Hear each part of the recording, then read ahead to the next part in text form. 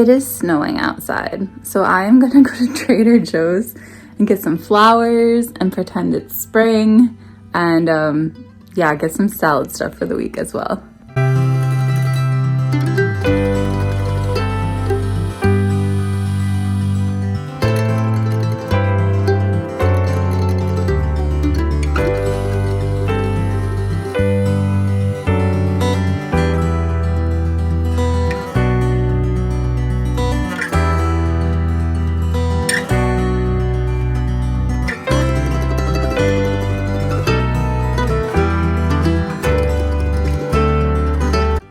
Okay, so normally in a book club, if you don't finish the whole thing, like, it's okay. Like, you come ready for spoilers and, like, people are just happy you're there.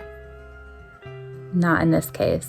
It was with great love, that Latrice and Dee Dee told me to peace out and get out of the book club until I had finished the section. So we were supposed to read until page 170. I've only made it to page 60. And like, I'm glad they're kicking me out, right? Until, like, basically right now, I'm going to sit down. I'm going to read the rest of what I was supposed to read, and then I'm going to join back in and freak out with them, because apparently, like, it would, like, for real ruin the book for me if I stayed in while they were discussing it. So, like, basically we went around, everyone shared their thoughts, and then 3 of us are leaving to, like, read it on our own, catch up, and then discuss it. So that's what I'm gonna do. But this book is so good. Like, I would be, like, mad about this happening if this book wasn't so good, and I, like, totally get where they're coming from. So I'm gonna read. Hello. Okay, so it's like 8 o'clock at night.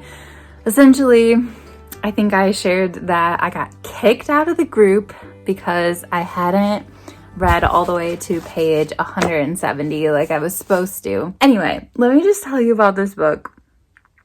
And I don't even know, like, I literally just finished. I haven't processed through it, and I also don't know how much I can communicate without, like, giving stuff away, because it is true that, like, there's so much tension in this book, and it's so good. So this book basically centers on this lady named Emma Jean. She experienced loads and loads of both emotional and physical abuse as a kid, and she kind of has decided that as an adult, she will never treat her daughter in the way that she was treated as a child. So she gets married and she starts having babies, and she has 6 boys. Now, whatever the process is in her healing from her emotional abuse, instead of just kind of healing herself and kind of passing it on in a more positive way, I guess, in regards to, like, her treating her children with just, like, this profound love and care and, like, good parenting, she decides that that really will only be healed if she has a girl. So it's not a child that she wants to pour all this love into, but it is a female child. And so when she is basically giving birth to her 7th baby, like, no, like, you know what's going down. Like, this is like the first chapter of the book.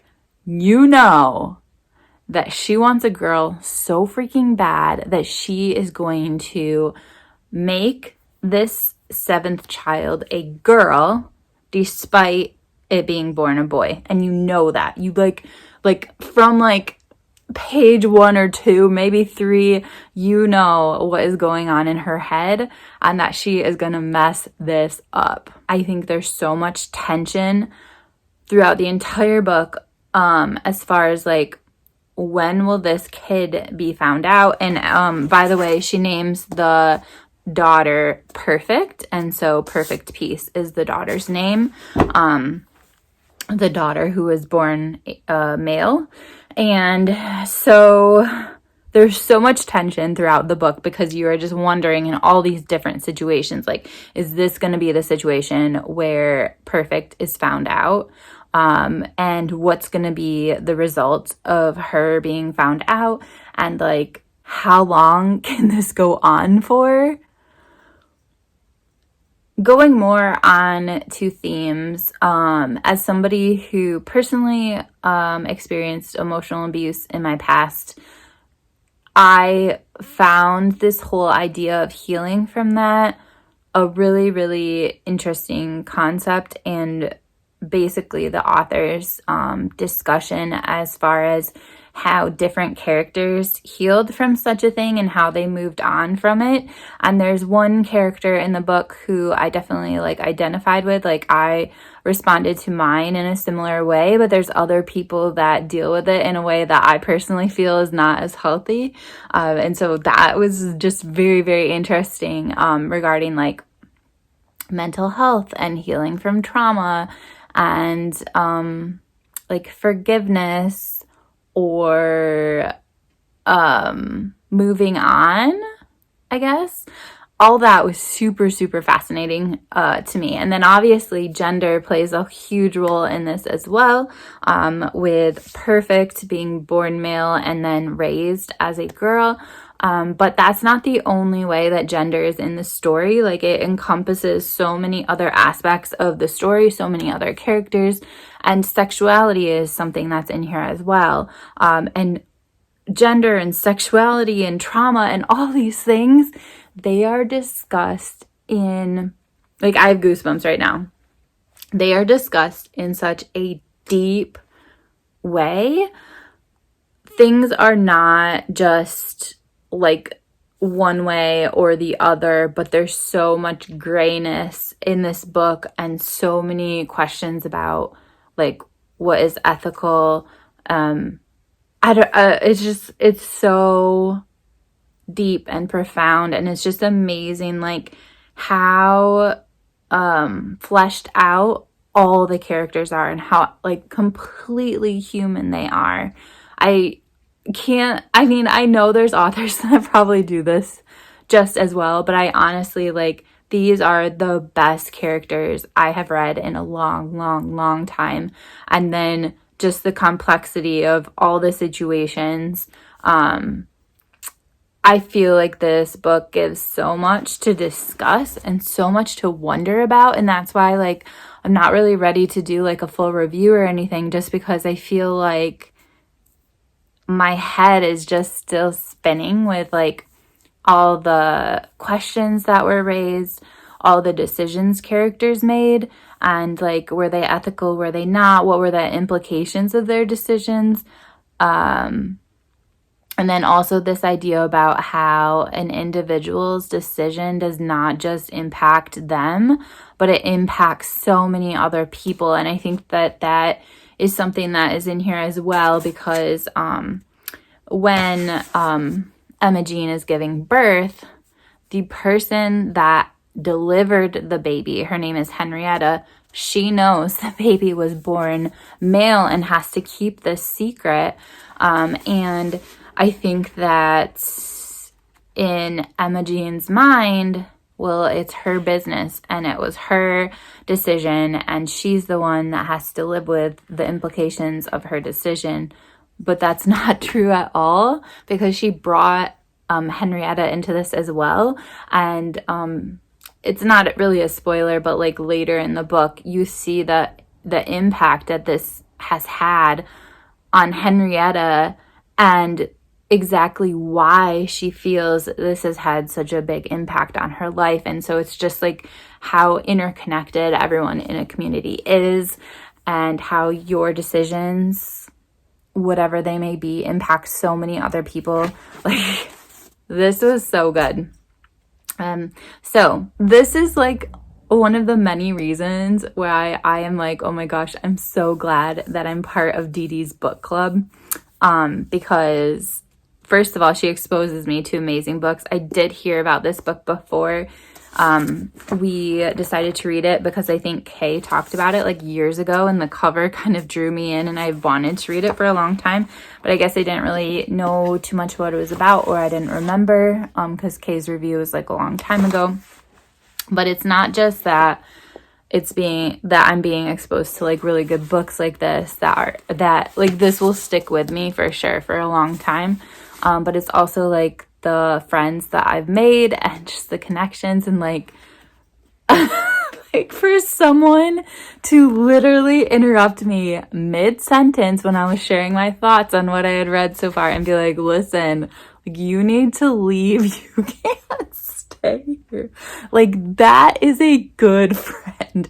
That is someone that is doing something that would normally make me so mad, but she was advocating for like what I needed in my life. And yeah, I ended up, I don't know if I said this or not, but I ended up finishing in time where I could check in with the group again. Like, they were still talking.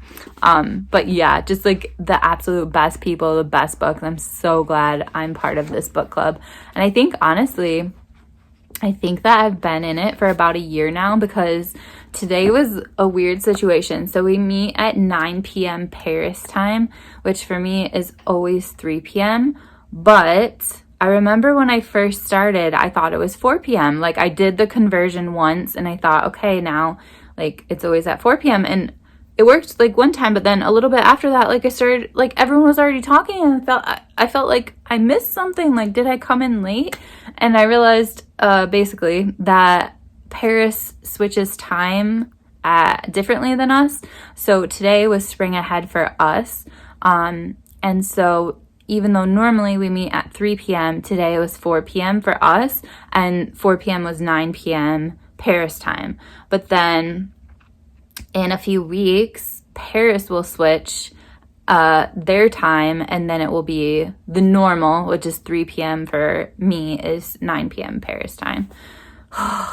But I think it's been a year, because I remember that mix-up happening to me once before. It has been like seriously the best year of my life being involved in this group, and I do not make it every month. I have stuff going on.